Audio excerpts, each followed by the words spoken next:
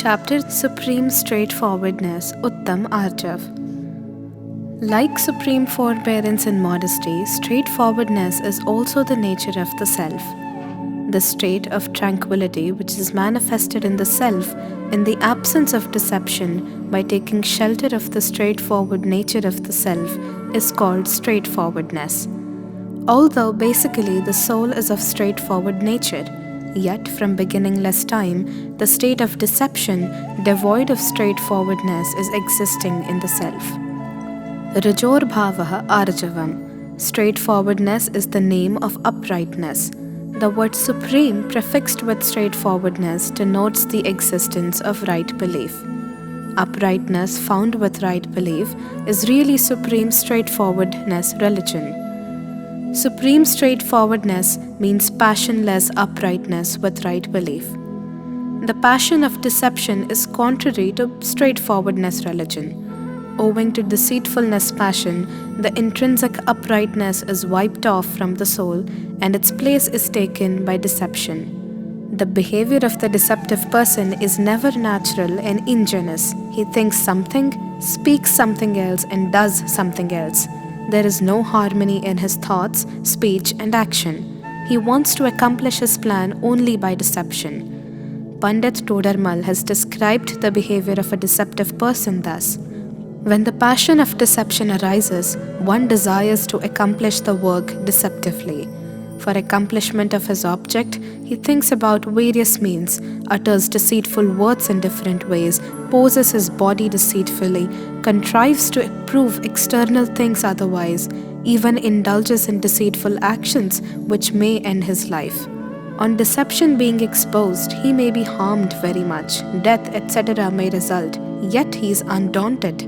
While indulging in deception, even if some venerable and favorite persons come in his contact, he acts deceitfully with them and also does not have any consideration for them. If his work does not get accomplished by deception, he becomes extremely miserable, starts cutting the parts of his own body, and commits suicide by taking poison, etc. Such things happen when one is overpowered by deception. The deceitful person wants to accomplish all his objectives.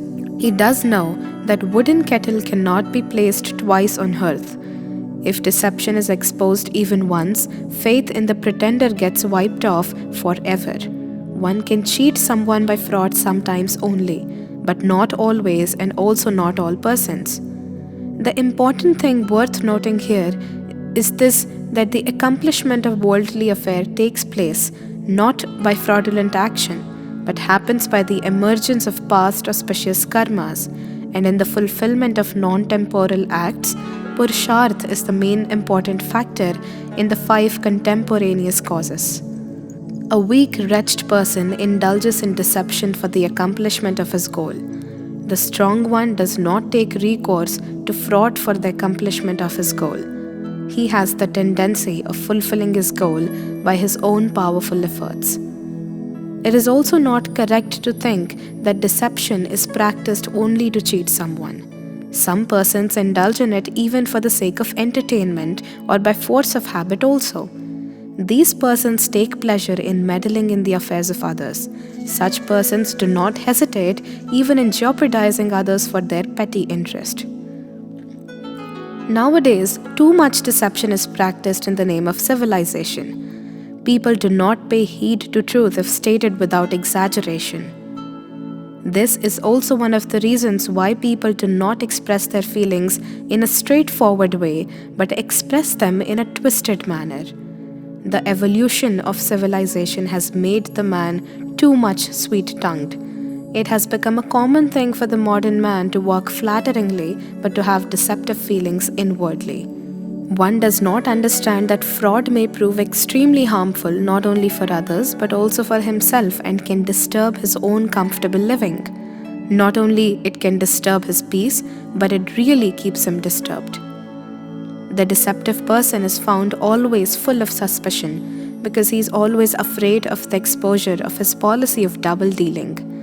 Deception invariably gets exposed sometime or other. Maintaining its secrecy, though not impossible, is undoubtedly a very difficult task. He remains always involved in it. He remains always fearful too. This fear is always there in his mind that his condition will become very miserable on exposure of his deception and he will fall into great difficulty. Fraud perpetrated against strong persons, when disclosed, proves to be disastrous. Although danger lies in the disclosure of fraud, yet due to suspicion of danger, the deceitful person always remains terrified. The suspicious and terrified person can never remain free from anxiety. Mentally, he is always perturbed, anxious, agitated. No person having disturbed mind can do any work righteously and successfully. Practice of religion and adoration of the self-soul are out of question for him. Nobody believes the deceitful person. Even his parents, brothers and sisters, wife and sons lose faith in him. This is the reason why Sri Shubhachandracharya, while describing the passion of deceit in the 19th chapter of his book Jnanarnav, has mentioned, Janma bhumir vidyanama kirte vasa mandiram papa panka mahagarto nekratihi kirtita budhaihi argale vapa vargasya padvishvabhraveshmanaha sheelashala vane vannir mayeya mavagamyatam. The wise men state that deception is to be understood as 1. Birthplace of ignorance, 2. Storehouse of disgrace, 3. A deep pit of sins, 4. Bolt for way to liberation, 5. Gateway to hellish life, and 6. Fire for burning the forest of the sal trees of chastity. The absence of passion of deceit is the religion of straightforwardness. Whenever discussion takes place about the religion of straightforwardness and the passion of deception, it is understood and explained through the medium of mind, speech and body only. It is said that the oneness of mind, speech and body is assuredly the religion of straightforwardness, and the contrariety of these is assuredly the deceit passion. It is also preached that as be in thought, the same should be uttered in speech, and as be in speech, the same should be done by the body.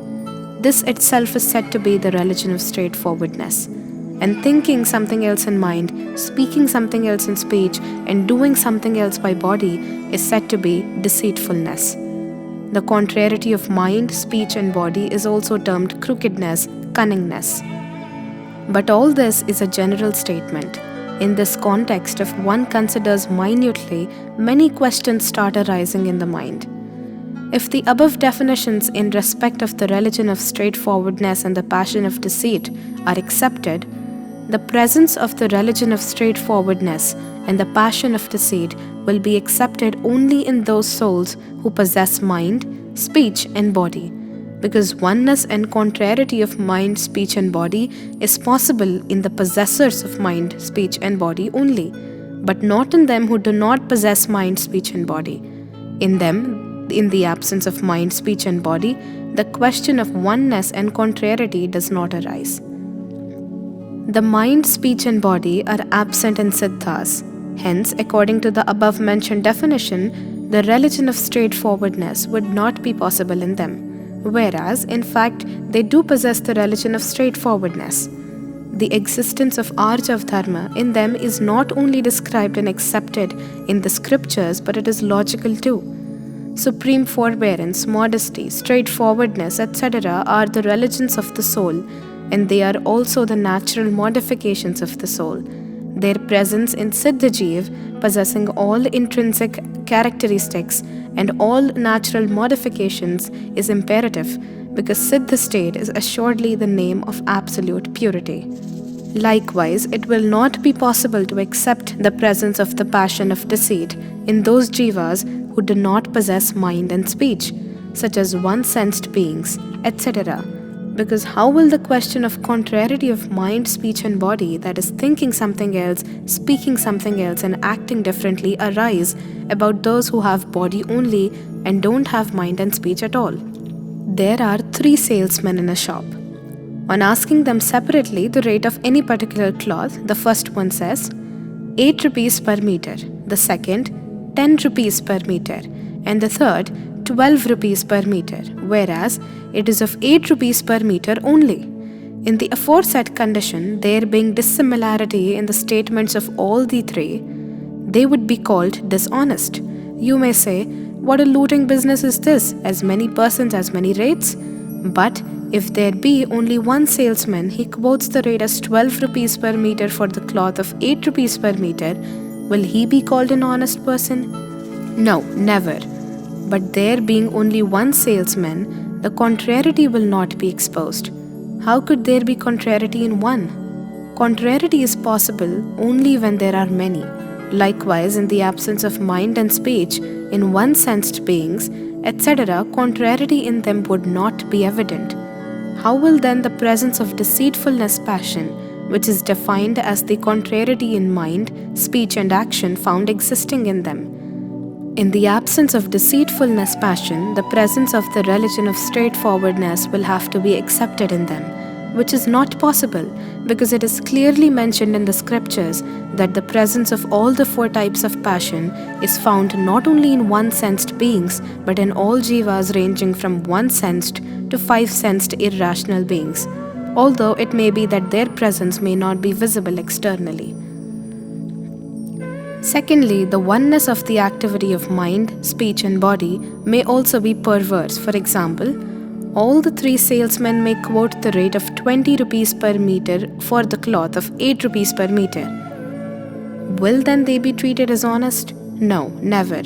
Although the oneness in the utterance of those three will be observed, because similarity is naturally present in deliberately pre-planned dishonesty.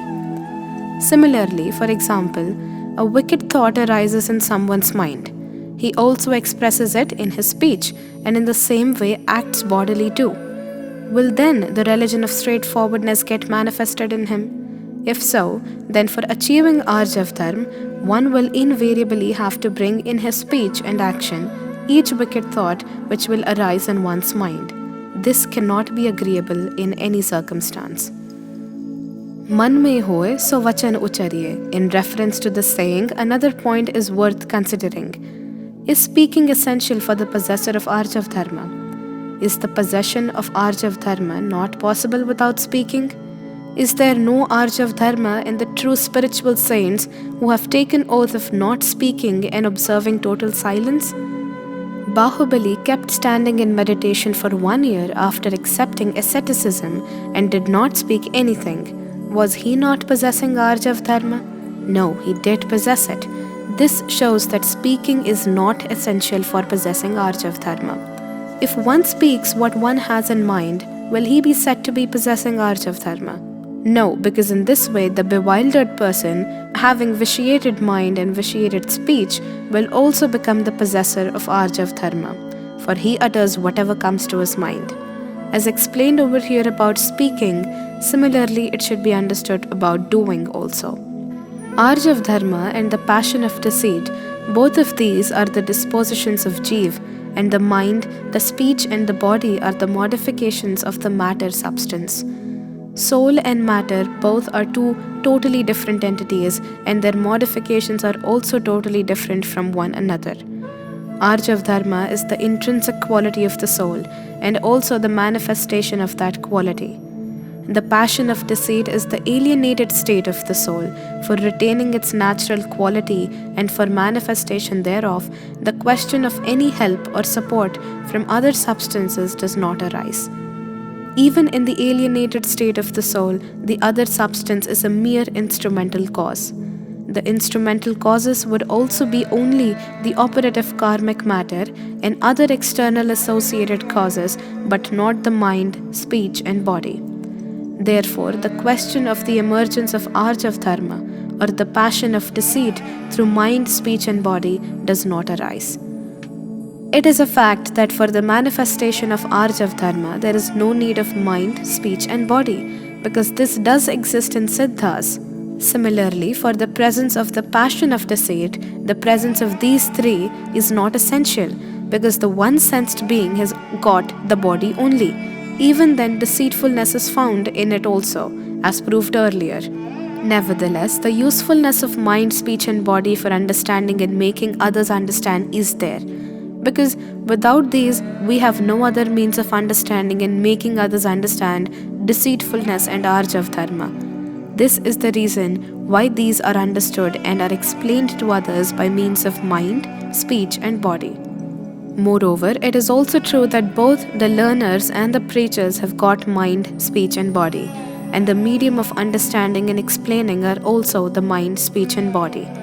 The Siddhas who do not have these at all never explain anything to anybody, and mundane beings up to the category of Aseni Panchendriya who do not possess any one of these do not understand at all. The talk of these is concerned particularly with human beings only, and the presence of fraud is often seen emerging in the contrariety of mind, speech, and body, and of Arjav Dharma in the oneness of these three. Therefore, Arjav Dharma and the passion of deceit are understood and explained through the medium of mind, speech, and body. Deception and Arjav Dharma are not produced by the medium of mind, speech, and body, but only become apparent through them. For understanding and explaining, appearance is more important, because it is much more easier to understand and explain the manifested thing as compared to the hidden one. Due to the absence of mind and speech in one-sensed beings, the passion of deceit remains hidden. Therefore, the presence of the passion of deceit in them is known from the Agam. It is not possible to prove it through logic. Likewise, the presence of Arjav Dharma and Siddha also is proved through the help of Agam. It is difficult to prove it logically. Whatever logic will be given will ultimately depend on Agam only. Although due to the aforesaid reasons, the medium of mind, speech, and body are used for understanding and explaining to others, if one thinks that for the passion of deceit in Arjav Dharma, mind, speech, and body are essential, the understanding would not be correct.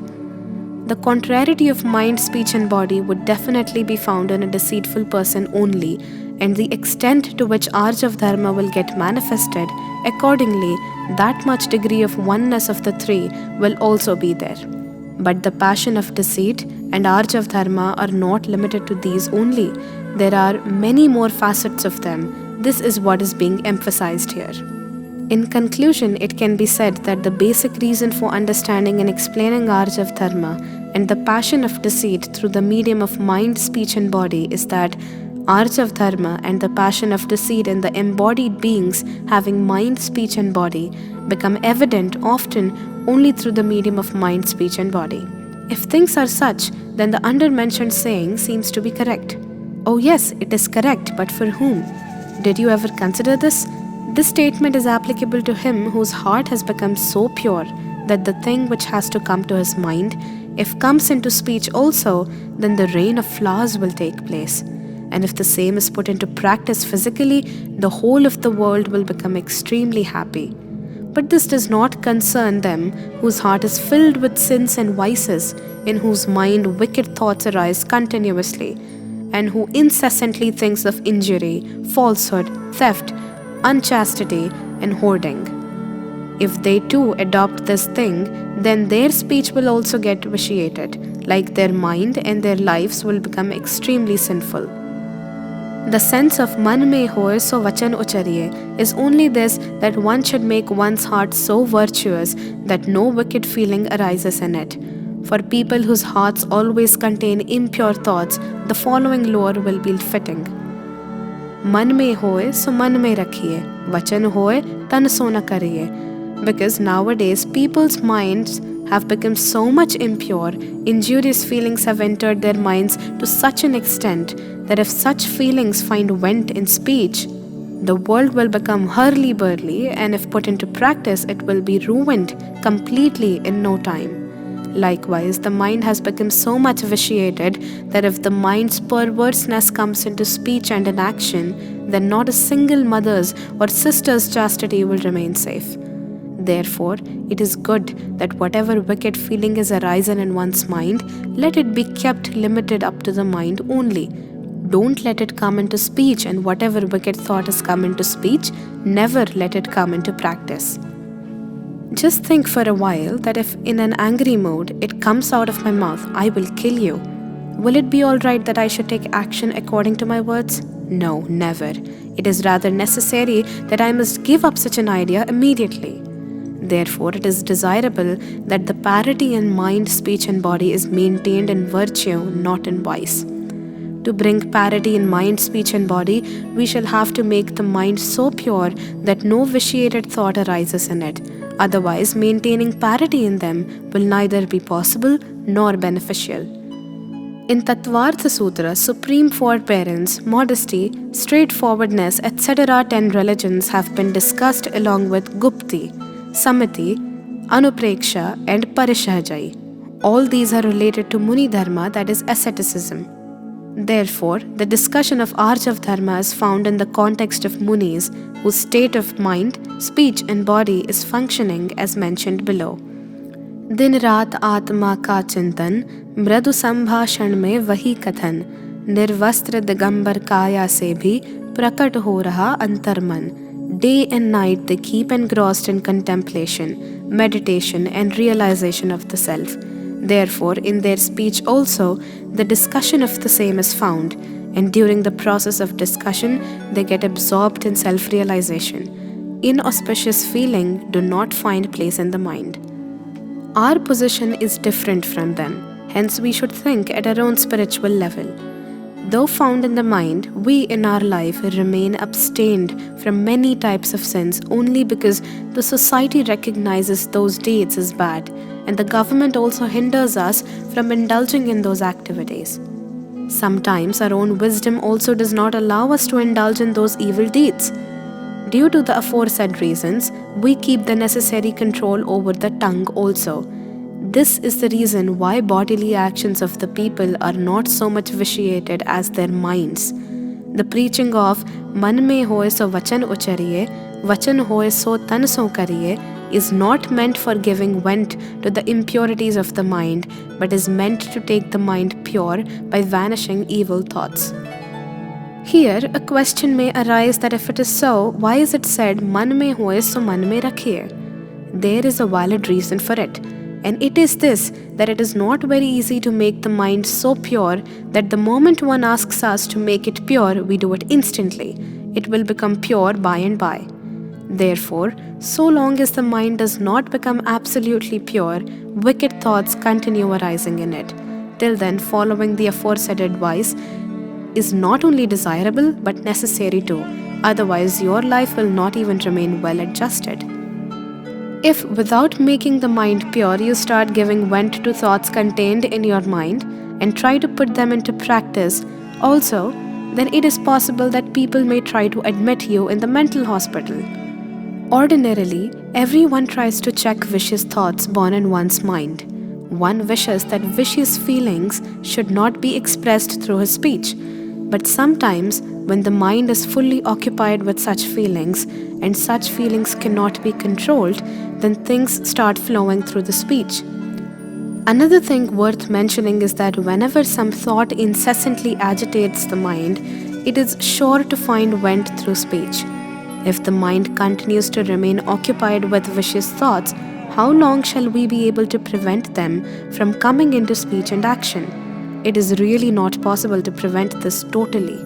People coming from a particular place are mentally preoccupied with the environment of that place. Hence, they naturally talk about that place. If some person has recently come from America, he will often talk about America. While taking food, he will start telling without being asked as to how American people take food. While walking, he will tell how in America people walk. While marketing, he will explain that in America such things are sold at this or that rate and the like. Likewise, the sages who always keep themselves engrossed in the soul and also the right-faithed persons always talk of the soul, and the wrong-faithed deluded persons who are always busy in the gratification of senses and passional acts naturally talk about passions and gratification of senses. Therefore, the sense of man mein hoye so vachan uchariye, vachan hoye so tan so kariye is not to utter whatever comes in mind and also not to put into practice what has come out of the mouth. But its sense is that whatever is worth practicing in human life, we ought to utter the same thing in our speech, and whatever is worth doing and worth speaking, let those thoughts alone come into our mind and no other vicious thoughts. Yet, the basic question remains as to what should be done for giving up deceitfulness, for abstaining from contrariety, cunningness, and disparity of mind, speech, and body, and of achieving Arjav Dharma. In other words, what should we do to make our heart pure so that if mental thoughts are expressed through speech, it would mean as if flowers are raining, and if the same are put into practice, the world would be extremely happy. For the manifestation of supreme straightforwardness, first of all, one should know that the passion of deceit is, in fact, not the name of disparity, contrariety, or cunningness of mind, speech, and body. As a matter of fact, it is generated in the soul itself but gets manifested through the medium of mind, speech, and body. Not believing in the true nature of the soul, but believing otherwise and wanting to act contrary to the natural modification is infinite deception. Believing the one who is not the doer, possessor, and destroyer of anything other than the self as the doer, possessor, and destroyer of that other thing in itself is infinite cunningness. Attachment, etc., emotional feelings of influx are in fact miseries and are the root causes of miseries. Yet, to consider them to be pleasant and the root cause of pleasure, and though there is not the least happiness in the world, even then, to try to discover happiness in the world through the emotional feelings of influx is nothing but fraud and deception.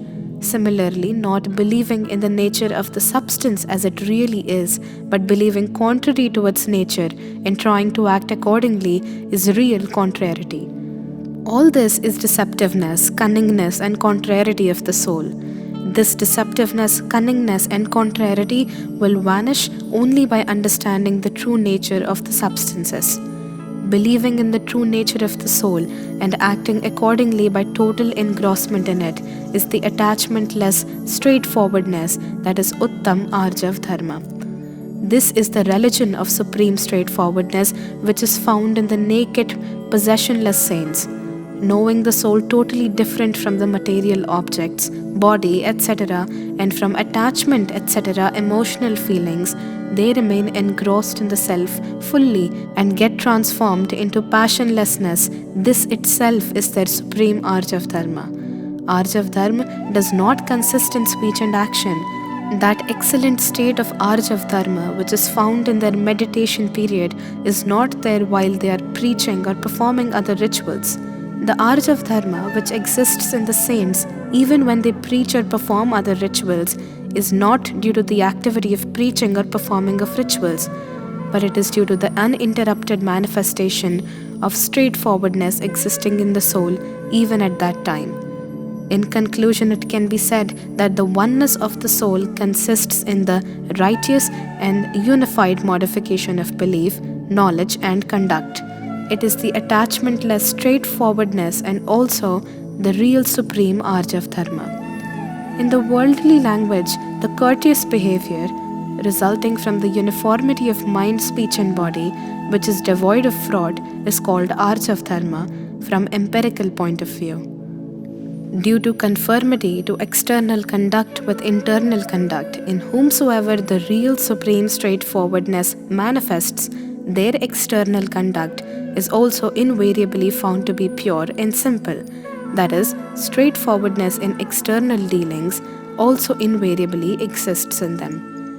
In whose external behavior even straightforwardness is not found as per their spiritual status, the question of real straightforwardness being possessed by them does not arise. The real oneness in mind, speech, and body also manifests as a consequence of straightforwardness evolved in the soul. I should keep my mind pure, no evil thought should enter it. Such kind of thoughts do not give birth to Arjav Dharma. Without knowing and believing in the real nature of the substance, Arjav Dharma in the form of attachmentless straightforwardness cannot be generated. By taking shelter of the straightforward nature of the self-soul, deceitfulness ends and attachmentless naivety gets evolved. Similar to anger and pride, deceitfulness is also of four kinds. 1. Anantanubandhi Maya. 2. Apratyakhyanavaran Maya. 3. Pratyakhyana Varan Maya. 4. Sanjvalan Maya. The absence of Anantanubandhi Maya is found in the right-faithed person who has realized the self.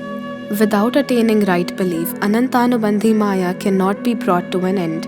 Even if one makes infinite efforts, and so long as Anantanubandhi Maya exists, all the four kinds of deceit passions will invariably be present because it is the disappearance of Anantanubandhi Maya which takes place first.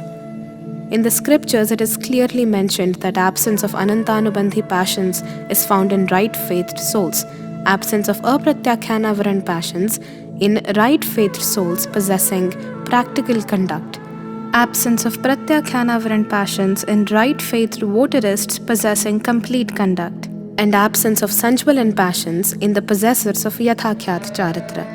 Prior to the aforesaid stages, absence of these passions is not possible.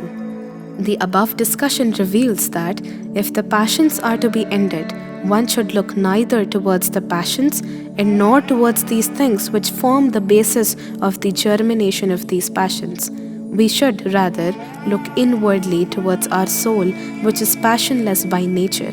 We have to know, believe in, and realize our soul.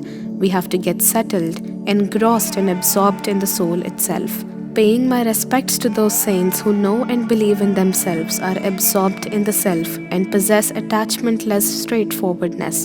I conclude the discussion of Arjav Dharma with this pure thought and prayer that everybody may evolve supreme Arjav Dharma by taking shelter of the passionless nature of the soul.